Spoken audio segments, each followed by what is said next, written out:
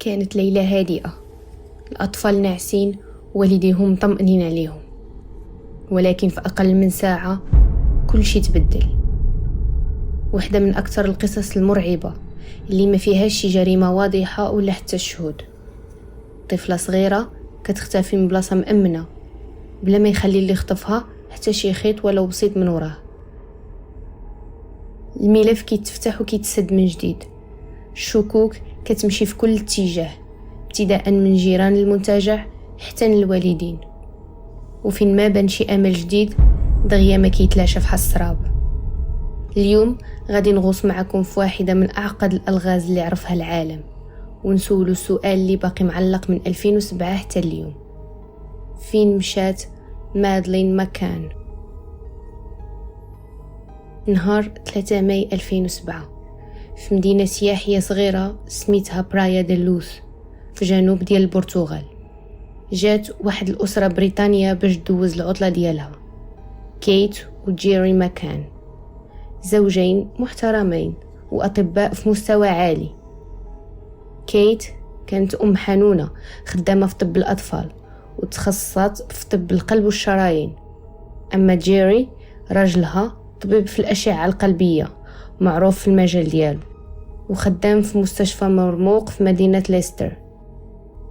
الزوجين عاشوا حياة مستقرة، تزوجوا 1998 وكانوا فرحانين بولادهم، مادلين اللي كانت في عمرها 3 سنين ونص، وشون وإيميلي التوأم اللي كانوا صغار منها.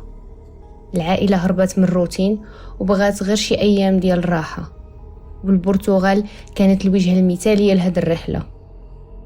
النهار داز عادي، البحر واللعب والضحك وجو عائلي دافئ. ومع الليل الوالدين قرروا باش يتعشوا في مطعم تاباس داخل المنتجع مع الأصدقاء ديالهم، والبلاصة ماشي بعيدة بزاف من الشقة اللي كانوا نازلين فيها. مادلين والتوأم الصغار بقاو ناعسين بوحدهم في واحد البيت بسيط فيه سريرين وشباك كيطلع على الزنقة. وكيت وجيري قالوا أنهم كانوا كيرجعوا كل نص ساعة باش يطلعوا على الدراري. ومع الساعة 9:05 ديال الدقائق جيري رجع للغرفة وطلع ليهم وشاف مادلين ناعسة. ومع 39 دقيقة مات أولدفيلد، واحد من الأصدقاء اللي كانوا كيتعشوا مع كيت وجيري، اقترح على جيري أنه هو اللي يمشي يتفقد الدراري هاد المرة، حيث حتى هو كان ساكن في واحد الشقة قريبة وخلى حتى هو ولادو ناعسين.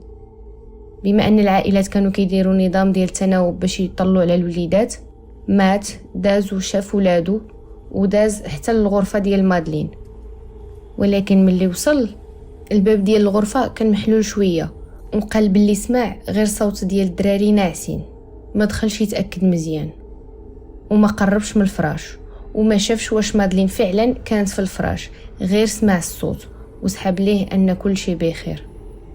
من وراها بنص ساعة ومع 10 ديال الليل بالضبط، فاش كيت رجعت للغرفة باش تدير جولة ديال المراقبة اللي دايرينها، فتحت الباب وعينيها مشاو مباشرة للفراش ديال مادلين. لكن الفراش كان خاوي، مادلين ما كانتش في بلاصتها والشباك كان محلول. كيت جمدات في بلاصتها لحظات قليلة، من وراها خرجت كتجري من الغرفة وكتغوت.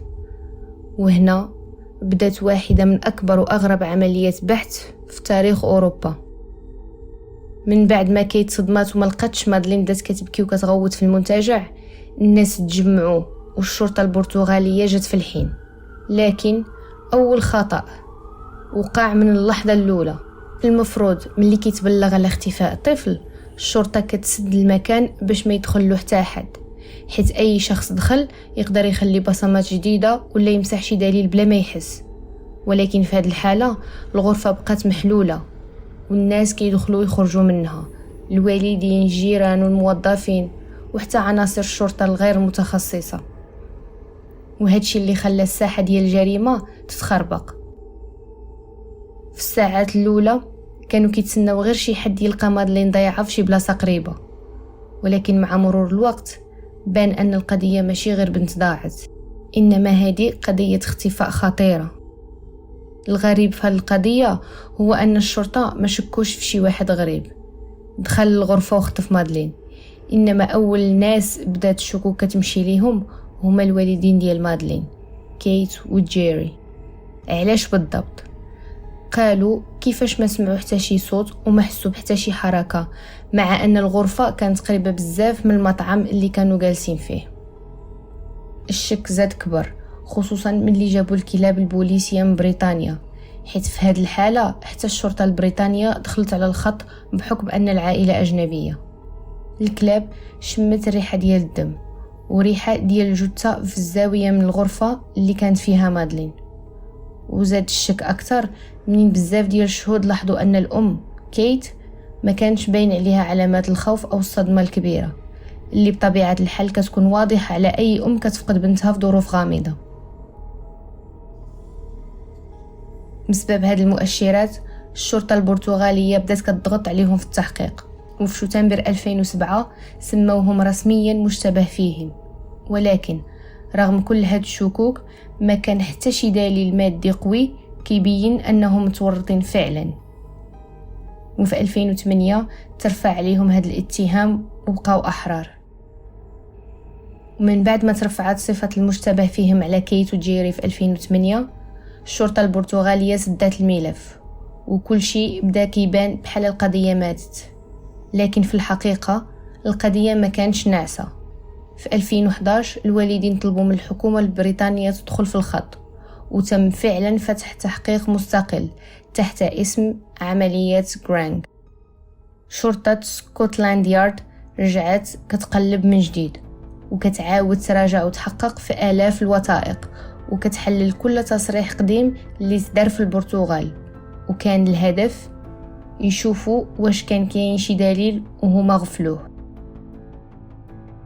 وفي 2013 عرضوا رسومات تقريبية ديال المشتبه فيهم وقالوا للرأي العام راه كاين احتمال كبير تكون مادلين باقا حية. الناس تفاعلوا والبلاغات بدات كتنزل من السما بحال الشتا، ولكن كل مرة كيخرجوا بلا نتيجة.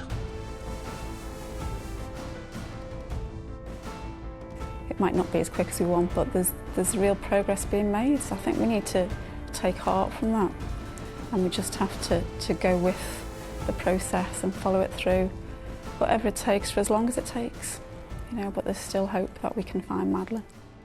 وما بين 2013 و 2020 التحقيقات بقات خدامة في صمت. كل عام كيتجدد التمويل وكاين تنسيق سري ما بين بريطانيا والبرتغال، ولكن ما كانوش كيكشفوا بزاف ديال المعلومات للإعلام حتى وصلنا ل 2020 وخرجت المفاجأة اللي رجعت الأضواء للقضية. الشرطة الألمانية خرجت بتصريح رسمي قالوا فيه عندنا مشتبه فيه رئيسي عنده علاقة مباشرة باختفاء مادلين، والاسم دياله هو كريستيان بروكنير، مجرم ألماني عنده سوابق في الاعتداءات الجنسية على الأطفال، وكان عايش في البرتغال قريب من المنتجع في نفس الوقت اللي اختفت فيه مادلين.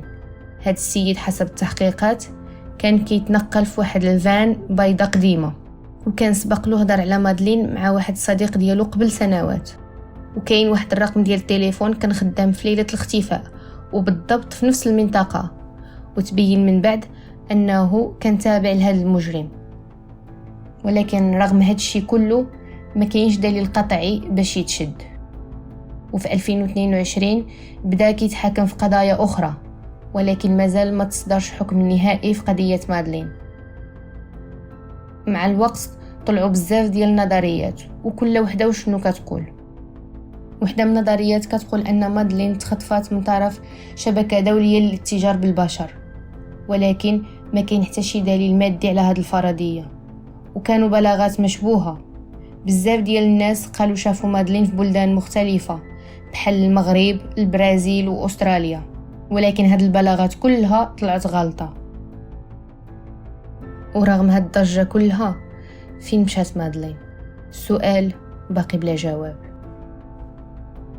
هادي كانت قصة مادلين ماكان، طفلة صغيرة اختفت فجأة في واحد من أكثر الأماكن أمانا، وبقات قصتها لغز كبير وعميق خلى العالم كامل يتساءل فين مشات مادلين؟ واش فعلا خطفوها ولا كاينه شي حاجة أخطر؟